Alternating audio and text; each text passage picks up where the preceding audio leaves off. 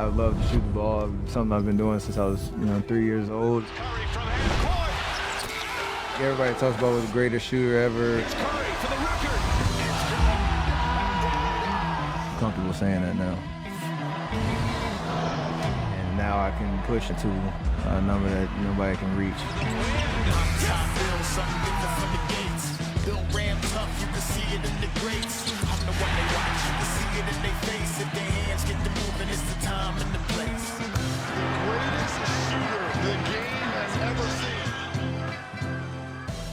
It's hard to argue that point. The irony, or at the very least, the wordplay is striking. The team that has the vaunted collective death lineup has been killing the Celtics with just one guy. Steph Curry, whose long-term place in history is certainly secure, is only worried about his immediate future. All he has to do, if form and lack of help holds, is single-handedly now win a best-of-3 series against the league's best defense for the league's biggest prize. Our Brian Windhorst explains, well, challenge for Curry has been accepted. These NBA Finals are coming down to one factor. The Celtics are telling Steph Curry, try to beat us by yourself. Curry has issued his answer. Challenge accepted. Curry, it's good. Steph Curry from downtown. But that shot was absolutely ridiculous. Boston has the league's best defense, and they believe the Warriors are beatable if Curry's teammates are held at bay. This is how they've chosen to defend the Warriors star, refusing to send defenders and take away his space and daring him to have huge games. Back to Curry, step back, three-pointer, bang! Steph Curry drills the three. The brilliance of Steph Curry on full display here in Boston. The result? Curry is averaging 34 points and shooting 50% from the field. He understood the challenge in Game 4 especially, coming out on the attack and taking his most shots of the series with 26. They have a certain defensive identity that has been successful for them. You obviously understand in a series, adjustments can happen on the fly between games. You got to be ready to adapt. And I think I'll be ready for that. But the Celtics aren't unhappy.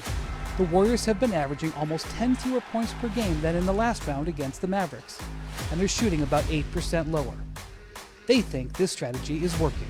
I think the narrative gets shifted to Curry and what he's doing, but in our wins and losses, they're scoring the same points. Here's where this championship is likely to get decided.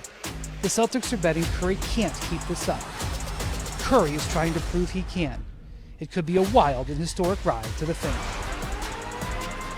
And on that note, Steph Curry is nothing if not historic, and Brian joins SportsCenter tonight. So Sunday, Ime Udoka said their game plan was working well enough to win. What should Steph Curry think about that statement? Zubin, I think Steph Curry is probably borderline shocked that the Celtics are playing him this way. In high-stakes game dating back to when he was in high school, he was used to getting heavy double teams, everybody trying to force the ball out of his hands. This is not the way he's experienced most of his NBA career. And so he has almost been reluctant to shoot as much as he might need to in this system. He had just 22 shots per game over the first 3 games. Game 4, 26 shots. Wouldn't stun me, especially if the Warriors need it, that he might get up towards 30 in Game 5, and the Celtics are comfortable with it. Ime Udoka said, we should be ahead 3-1 in this series right now. Not because of what Steph Curry did to us, but because our offense has been struggling. The Celtics believe they can win this way. Curry believes this is great. Explosions to follow. Yeah, challenging Steph is a recipe for disaster in most cases, but if you feel you're up 3-1, you should be in control. We'll see. All right, the other head coach making some big news in the fourth quarter of Game 4. Everybody talking about the Draymond Green benching for part of the final period. It's been talked about ad nauseum. What's the game plan heading into Game 5 in that regard? I think you will see something similar from the Warriors. Now, Steve Kerr refused to acknowledge he was going to stick with the starting lineup change that he made in Game 4, where he put Otto Porter in for Kevon Looney. But forget about who starts. Look at the box score. Kevon Looney played about 10 more minutes in Game 4 than he did in Game 3, and Draymond Green played about 5-6 fewer minutes between 3 and 4. I think you should look for that to continue. Draymond Green is still going to have a big role, and he's still going to be expected to provide a lot. But Kevon Looney has been terrific, and down the stretch of games, it's clear Steve Kerr probably only wants to play one of them because he can't afford to have two non-shooters out there. So in the fourth quarter, Kerr is going to have it on his lap again. Looney or Draymond. It's going to be interesting to see which one he goes with. Very interesting. Now, Kerr did say this whole benching Draymond thing is nothing new. He even harkened back to the 2016 playoffs when he had to do it against OKC in an effort to diffuse the situation a little bit. Choice is clear. Brian laid out the two guys. We'll see what happens if it's close in the fourth on Monday night. Brian, thanks. So, I mean, the headline of this series is Draymond is struggling with like 5 Gs on the back. Take a look at that. Since the merger, look where he is with regards to field goal percentage. And here's the number that really sticks out. He's picked up 18 fouls while scoring just 17 points through 4 games. More fouls than points scored. And all those nerves fade. There's 2 different types of hunger. The hunger to win it for the first time, joining the company of legends. Then there's the hunger to make it back. Because once you taste it, looks so much better in person too. You'll do anything to get it again.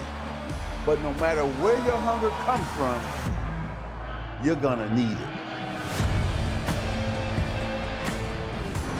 The finals down to a best of 3. The Celtics' postseason have been unstoppable after a loss. Going 7-0 in those games, a win in Game 5 would tie the 08 Celtics for most wins following a loss in a single postseason. But if anyone can slow down Boston, it's the chef. Curry has led all players in scoring each of the first 4 games this series.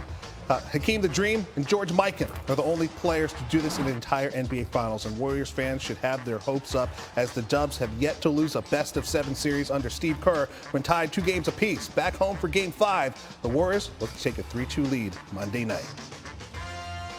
What's the word of the day going into Game 5? Focus. It's almost human nature. When our backs is against the wall a little bit, we play with a little bit more focus and determination and intensity. For us to be successful and win 2 more games, it comes down to the way that we defend, the way that we bring intensity, especially to start games, understanding how they respond after losses. 2 great teams. They know how to respond. They know how to win in other people's buildings. We've shown that. They've shown that. We have to be ready for that response and hopefully, throw the first punch tomorrow. No matter how hurt you are, no matter how tired you are, you got to keep going. It's basketball. It happened. We let it happen, but it happened. We get an opportunity tomorrow to come out and make up for it. It's no pressure. It is what it is. We know what we here. We know where we're at. We know it's the finals. We just got to come and do it and let everybody watch and witness. We've been here before. I want to win by any means necessary, and I'll do whatever it takes. When I step on that court, I want to win any means necessary. I don't care how ugly or pretty it is. Let's just win, protect our home court. I'm not going to sing Kumbaya or anything. I just want to friggin' win. Oh, man.